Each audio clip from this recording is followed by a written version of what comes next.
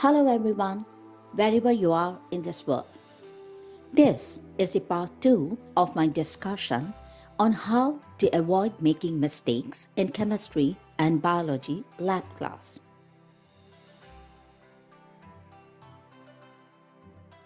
To set up an experiment, pay special attention to labeling. Labeling is one of the most important factors of your experiment.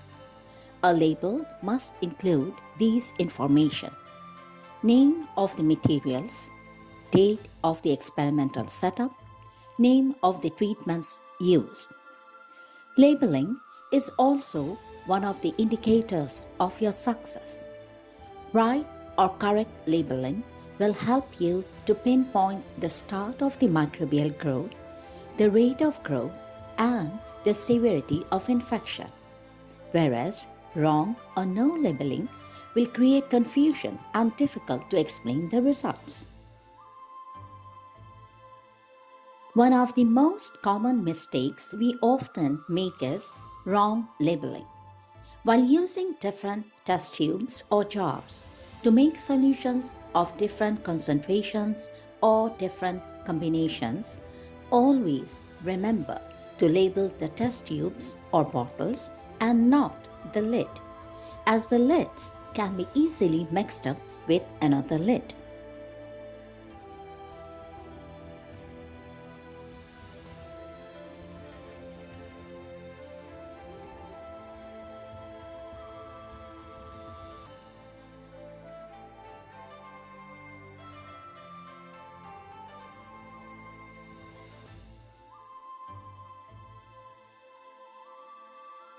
If you are using a sealed petri dish, put the label at the very edge of the lid so that it does not cover your material.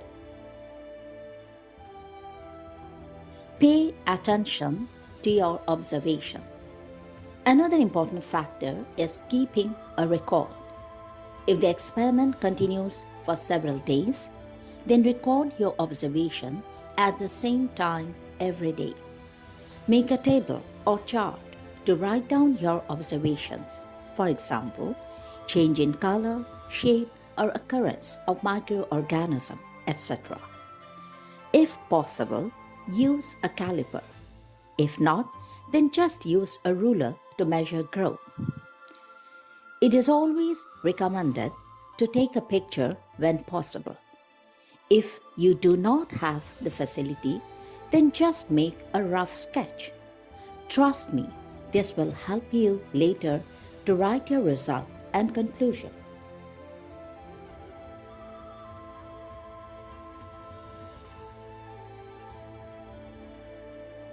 Another thing to remember is, while observing the growth, avoid disturbing the plant or avoid touching the leaf, fruit, or vegetable directly. It might destroy the structure such as tiny spores or fine filaments of the microorganism.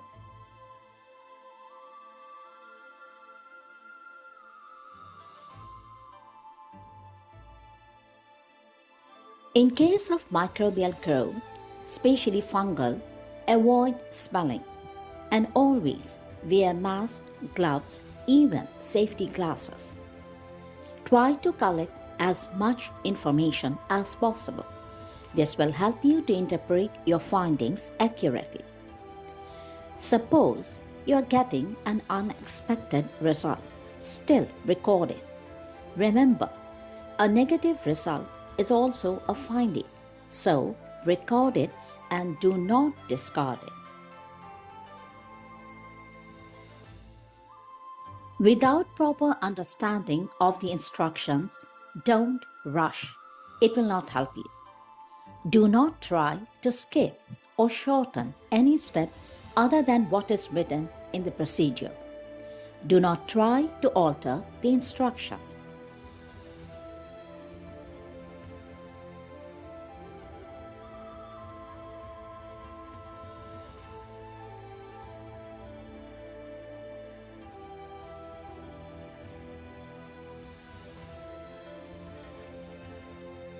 While working with liquid or any solution, First, learn how to read the measurement accurately.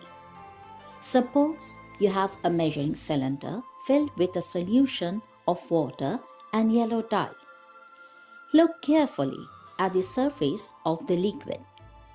The top curved surface of any liquid or a solution is called meniscus.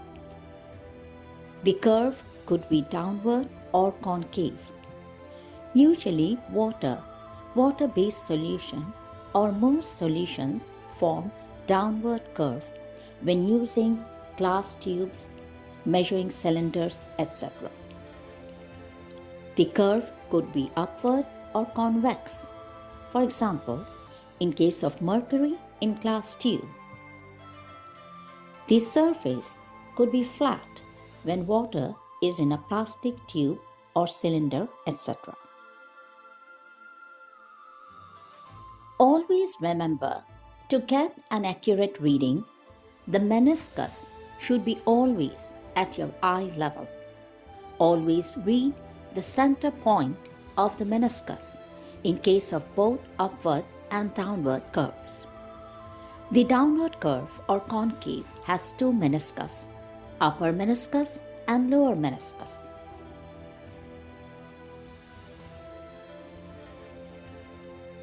While making different solutions or measuring different chemicals, I always recommend to read the lower meniscus of the concave curve. In the rare chance that the solution's color is too dark or the lower meniscus is not easily visible, then read the upper meniscus. Do not mix upper and lower meniscus while adding chemicals to make the solution or during titration method.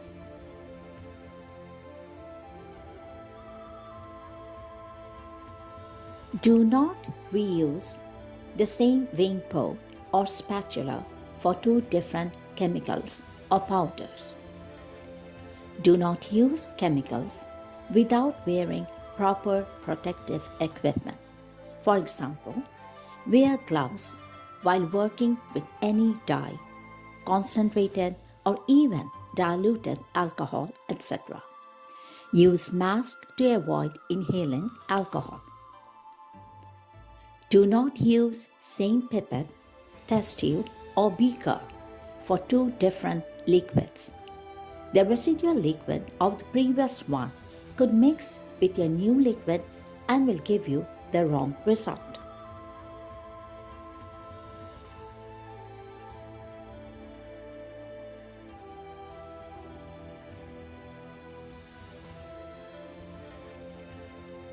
In your biology lab class, do not use the same blade which was used earlier by someone else for the dissection of an organ, section of a stem, leaf, etc.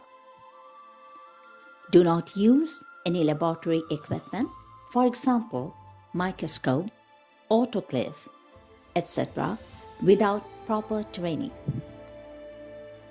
Thank you very much and enjoy experimenting